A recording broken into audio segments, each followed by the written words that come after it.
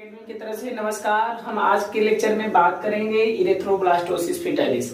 तो क्योंकि आप सोच रहे होंगे कि इरेथ्रोब्लास्टोसिस फिटलिस सर दोबारा क्यों डाल रहे हैं, तो इसका कारण एक्चुअली में है क्या कि मैंने कल के लेक्चर में जो आरएच ब्लड ग्रुपिंग आपको डिस्कस किया था, तो उसके बाद जो कंसेप्शन उसका होता है इरेथ्रोब्लास्टोसिस फिटलिस होता है। तो इरेथ्रोब्लास्टोसिस फिटलिस में होता क्या है एक्चुअली में, वो चीज हम आपके आज इस लेक्चर के थ्रू क्लियर कर देंगे ना। तो एक्चुअली में क्या मैंने आरएच ब्लड ग्रुपिंग मैंने बताया था कि आरएच जो ब्लड ग्रुपिंग होता है इंडिया में 97% लोग आरएच पॉजिटिव है, बताया था ना जी। मैंने ये चीज कल के लेक्चर में मैंने आपको डिस्कस किया था। अगर आप इसके बारे में नहीं पढ़े हैं तो देख लीजिए लेक्चर नंबर ना। तो ये इंडिया में 97% लोग आरएच पॉजिटिव है और 3% लोग आरएच नेगेटिव है ना। अब एक्चुअली में ये 97% आप सोच रहे होंगे सर जी 97% कौन है, तो आप तो जान ही गए होंगे। तो एक्चुअली में कैसे हम जांच करते हैं सर जी आरएच नेगेटिव, तो मैंने आपको बताया था कि ऐसे हम किट लेते हैं ब्लड ग्रुपिंग जांच करने वाला। तो ऐसे 3 खाना बनाते हैं, 3 खाना में एक बूंद हम ब्लड ले लेते हैं माइक्रोपिपेट से, और माइक्रोपिपेट से ब्लड लेने के बाद आप क्या करते हैं, जो एंटीजन होते हैं आपके लैब में एंटीजन होता है, आप 3 डब्बे में देखेंगे ना। 3 डब्बे में रहता है एंटीजन ए, बी और ओ, ऐसे लिखा रहता है ना। ये जो ओ होता है ना यही आरएच एंटीजन होता है। ये क्या होता है, आरएच एंटीजन। तो एक्चुअली में क्या करते क्या है, आप एक बूंद इसमें डाल लेते हैं, एक बूंद इसमें डाल लेते हैं। देखिए ए वाला एंटीजन ए वाला में, बी वाला में बी वाला, और तीसरे ओ वाला आपका तीसरे खाने में। तो डालकर आप देखते क्या है, कुछ समय के बाद रोटेट करके देखते हैं कि ए वाला अगर फट गया, ए वाला फट गया ना, बी वाला नहीं फटा, और आपका ओ जो है ओ फट गया ना। तो उस ओ फट गया तो आप क्या कहते हैं कि मेरा ब्लड ग्रुप ए पॉजिटिव है। अब किस अनुसार कहें, ए पॉजिटिव आप ब्लड ग्रुप बोल दिए, तो आप जानते हैं ए पॉजिटिव क्यों बोले हैं, क्योंकि आपको जो आरएच ओ वाला है ये फट गया। क्या किया है, फट गया। इसका मतलब कि ओ ही डिसाइड किया है प्लस पॉजिटिव का।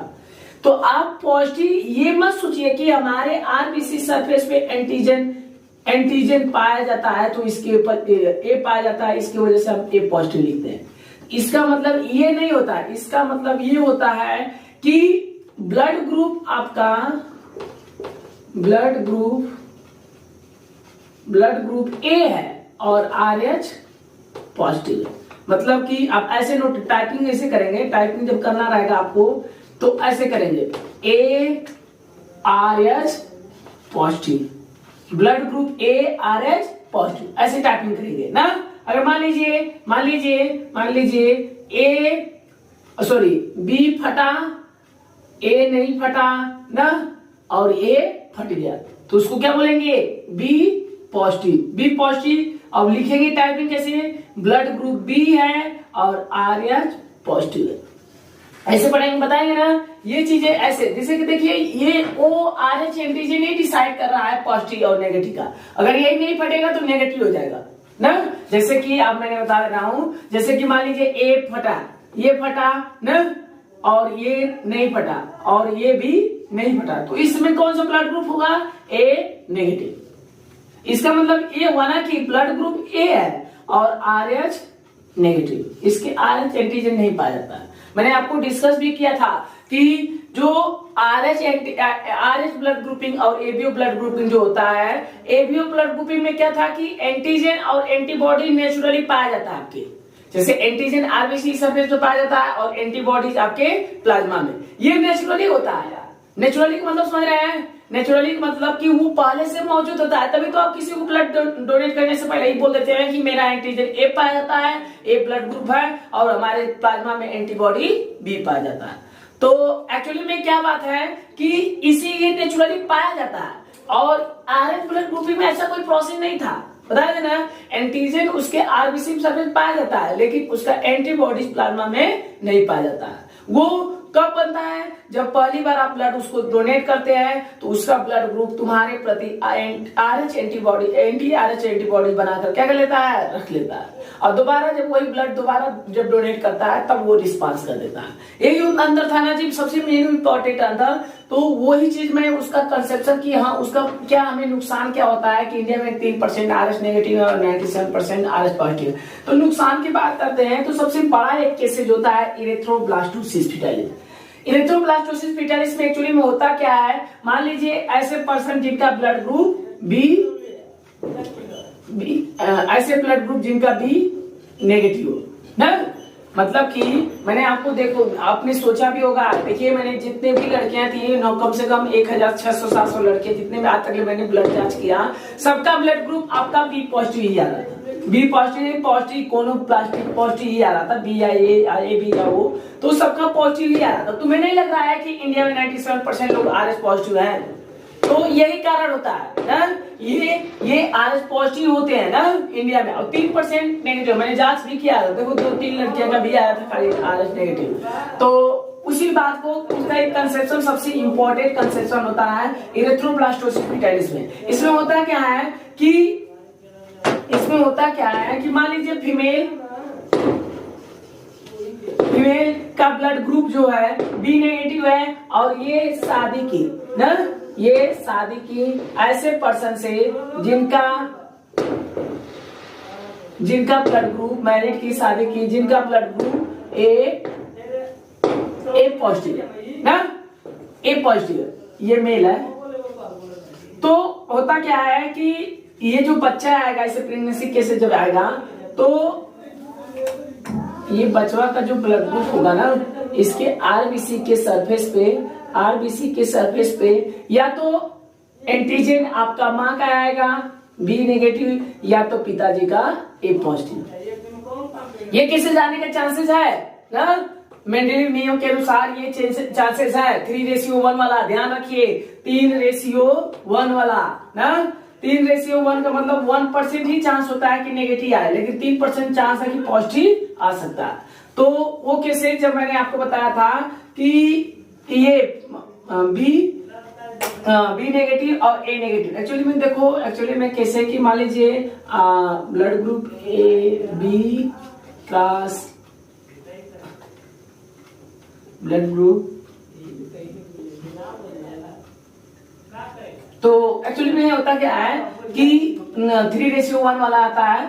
तो देखिए जैसे कि मान लीजिए बी नेगेटिव है, दोनों को चांस है या तो बी नेगेटिव आए या तो ए पॉजिटिव। मान लेना है बचवा का ब्लड ग्रुप बी नेगेटिव आ जाए ना, मान ले रहे हैं, मानने में क्या दिक्कत है, इसके आरबीसी में एंटीजन बी नेगेटिव है। तो मान लीजिए ये जब माँ के यूट्रस में जब डिलीवर करेगा तो इसको कोई केसेस नहीं होगा क्योंकि माँ का ब्लड ग्रुप भी नेगेटिव है और इस बच्चे का ब्लड ग्रुप भी नेगेटिव है, इसमें एंटीबॉडी बनने का कोई केसेस ही नहीं है। तो होता क्या है, मान लीजिए बी नेगेटिव था तब सही था ना, तो अगर मान लीजिए बचवा का ब्लड ग्रुप माँ के यूट्रस में, ऐसे माँ का मैं यूट्रस बना दे रहा हूं ना,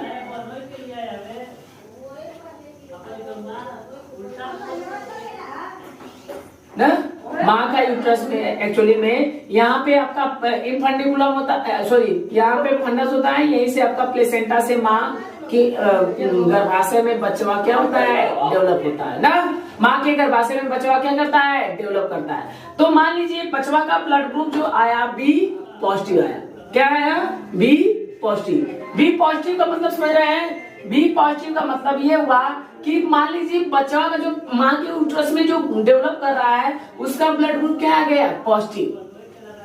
और माँ का ब्लड ग्रुप, ये माँ का जो ब्लड ग्रुप है, माँ का ब्लड ग्रुप कौन सा है, बी नेगेटिव ना, बी नेगेटिव है और बच्चा का ब्लड ग्रुप बी पॉजिटिव। तो होता क्या है उस केसेस में कि मैंने आपको बताया था कि RH एंटीबॉडीज में कि पहली बार जब ब्लड का ट्रांसफ्यूजन होगा, मिक्सिंग होगा ना, तो कोई केसेस नहीं होगा।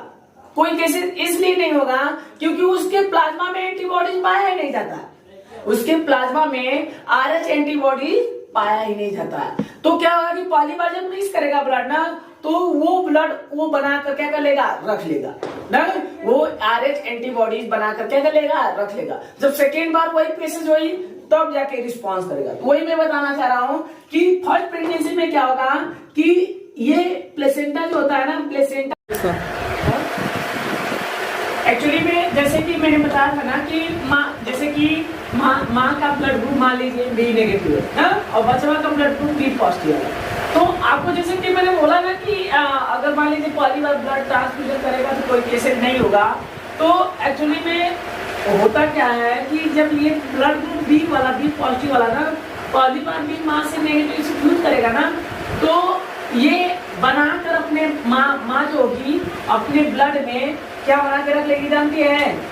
ये बना कर रख लेगी एंटी आरएच एंटीबॉडी ना, एंटी आरएच एंटीबॉडी अपने प्लाज्मा में रख लेगी। इसको आईजीजी, आईजीजी एक होता है, आप सुना होगा आईजीजी। आईजीजी अपने एंटीबॉडी जो होता है जनरली 5 होता है, सुनी होंगे ना एंटीबॉडी। तो एंटीबॉडी कितने प्रकार की होती है? 5। तो एक्चुअली में 5 याद करने का जो तरीका होता है हम लिख देता हूँ गेम ना, ये याद कर लो गेम का मतलब हुआ कि आईजीजी, आईजीए, आईजीएम, आईजीई और आईजीडी, ये 5 है एंटीबॉडी। और जिसमें से आईजीडी जो होता है ना बहुत ही इंपॉर्टेंट यहाँ पे एक्शन करता है। देखो ये जो एंटी आरएच एंटीबॉडी बना के रखा है ना, ये आईजीडी ही होता है। और यह आईजीजी एक ऐसा एंटीबॉडीज है जो प्लेसेंटा को क्या कर सकता है? क्रॉस कर सकता है। मतलब कि पहले जब क्या था कि पहले में क्या था कि फर्स्ट प्रेगनेंसी में क्या था, पहले से कोई एंटीबॉडी इसके प्लाज्मा में था नहीं और बच्चा आसानी से डेवलप कर गया। सेकेंड बार क्या होता है कि जब वो बना के रखता है ना आईजीजी, तो सेकेंड बार फिर बच्चा का ब्लड ग्रुप भी पॉजिटिव आ गया, तो ऐसे ही झक के देखेगा ऐसे ना कि बच्चा का ब्लड ग्रुप कौन सा है? B positive. जैसे कि झाक कैसे देखेगा अंदर हो जाके, तो क्योंकि क्रॉस कर सकता है। अब ये फर्स्ट मंथ के बाद बच्चे का ब्लड का फॉर्मेशन होने लगता है, तो एक्चुअली में जाकर इस बच्चा को क्या कर देगा? खंड कर देगा। खंड कर देगा मतलब 2 महीना हो जाएगा तब वो खंड, 3 महीना हो जाएगा तब वो खंड, मतलब खंड हो जाएगा ना। तो केसेस होता क्यों है? क्योंकि ये पहली प्रेगनेंसी, फर्स्ट प्रेगनेंसी हुई थी, उसी के दौरान ये एंटी आरएच एंटीबॉडीज बनाकर अपने प्लाज्मा में क्या कर लिया? रख लिया ना। तो रखने के बाद ये जो आईजीजी है ये प्लेसेंटा को क्या कर सकता है? क्रॉस कर सकता है। और जब क्रॉस कर सकता है तो इस बच्चा को हिमोलाइसिस कराकर डेथ कर सकता है। मतलब उसके आगे से वो हिमोलाइसिस करा देगा, तोड़ देगा और बच्चा का क्या हो सकता है? डेथ हो सकता है। तो ये केसेस क्यों होता है ऐसा? इसलिए ये इसी केसेस को हम एरिथ्रोब्लास्टोसिस पिटालिस बोलते हैं और ये आईजीजी की वजह से होता है। आईजीजी जो होता है प्लेसेंटा को क्रॉस करके इस बच्चा को क्या करता है? नुकसान कर देता है। लेकिन इसका भी इलाज है ना, इसका भी इलाज है। इलाज का मतलब कि सर जी इसका कोई इलाज नहीं है, मान लीजिए हमारा B blood group B negative है, तो क्या हम इस ऐसे केसेस से हमें जूझना पड़ेगा? नहीं, इसका भी इलाज है, कोई घबराने की बात नहीं है। इसमें एक इंजेक्शन देते हैं ना, इंजेक्शन, ये जो इंजेक्शन होता है ना, ये जो इंजेक्शन होता है इसका नाम है एंटी-डी। एंटी-डी कुछ लोग कहते हैं और लेकिन इसका एक्चुअली में जो नाम है रहोगम है।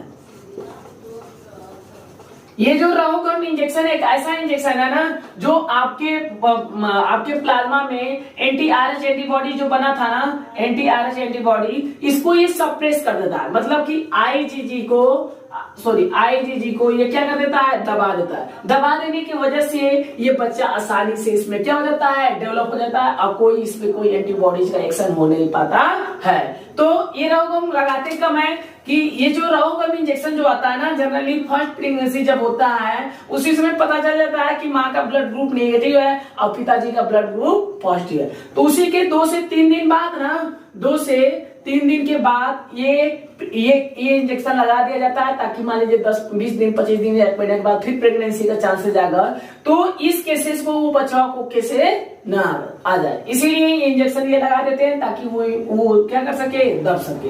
तो एक्चुअली में क्या होता है कि वो केसेस एक केसेज ना हो इसीलिए इंजेक्शन लगा देते हैं। तो रोहोगम इंजेक्शन ये हमारा हो गया। और रोहोगम इंजेक्शन फर्स्ट प्रेगनेंसी के 1-2 दिन बाद लगा दिया जाता है, 1-2 दिन के बाद लगा दिया जाता है। तो इस केसेस ये इरेथ्रोब्लास्टोसिस, इसी को हम क्या बोलते हैं, इरेथ्रोब्लास्टोसिस फिटस। एक्चुअली में फर्स्ट प्रेगनेंसी में कुछ नहीं हुआ, इसलिए नहीं होगा क्योंकि उसके बॉडी में नेचुरली एंटीबॉडीज पाया नहीं जाता। जब फर्स्ट प्रेगनेंसी में ये ब्लड उससे माँ के ब्लड से मैच करेगा तो जब मैच करेगा ना, तब इस केसेस में बचवा क्या होगा, अपने बॉडी में एंटीबॉडी बना के रख लेगा। और जब सेकेंड बार यही केसेज आएगा तो ये जो बना के एंटी-आरएच एंटीबॉडी रखा है, इसके वजह से प्लेसेंटा क्रॉस करके इस बचवा को हिमोलाइसिस करा देगा। तो एक्चुअली में इंजेक्शन लगाने के बावजूद भी कुछ केसेस में हो जाता है इधर ना, बचवा वो पीलिया का शिकार, जॉन्डिस होने का चांसेस, एनीमिया होने का चांसेस होता है, बचवा का नाक टेढ़ा रहे, कोरोकाथवे लूज रही, ऐसे केसेस हो सकता है। एक्चुअली में होता क्या है, मान लीजिए माँ का ब्लड ग्रुप, माँ का जो इम्यून सिस्टम है, माँ का इम्यून सिस्टम मजबूत है और माँ का इम्यून सिस्टम मजबूत है और जो इंजेक्शन लगा थोड़ा सा कम है। तो एक्चुअली में क्या होता है, जैसे कि एक बिलार है ना, तो जैसे चैनगेट लगा, चैनगेट के उस बार दूध है, तो जब अगर बिलार मजबूत है अपने एरिया को फिक्स करके बार बार उसको जाना चाहेगी, लेना चाहेगी ना, तो एक समय ऐसे आएगा कि वो अपना एरिया फिक्स करके चली जाएगी। तो ऐसे इसी तरह इसमें भी होता है, जो बनाकर एंटी-आरएच आईजीजी जो रखा है ना, जाके बार बार देखना चाहेगा, लेकिन तब तक इंजेक्शन हुआ क्या कर देगा, रोक देगा। तो इस केसेस में यही कारण कभी कभी ये केसेस को इन्फेक्टेड कर देता है। इसकी वजह से बचवा जो होते हैं ना, एनीमिया, जॉन्डिस और हाथ पैर के लंगड़े होने का चांसेस रहता है। तो ये केसेस होता है, इसका समय समय पे ध्यान दिया जाता है। समय पे ध्यान दोगे तो इसमें कोई केसेस होने वाला नहीं है ना, तो इसमें कोई घबराने की बात नहीं है। इसी तरह ये चीजें मैं उम्मीद किया होगा कि आपको पूरी तरह से समझ में आया होगा। अगर हमारे चैनल पे पहली बार है तो सब्सक्राइब करना ना भूले। और बस आज के लिए इतना ही, तो हम चलते हैं, इसके लिए नमस्कार, चलते हैं, बाय, गुड नाइट।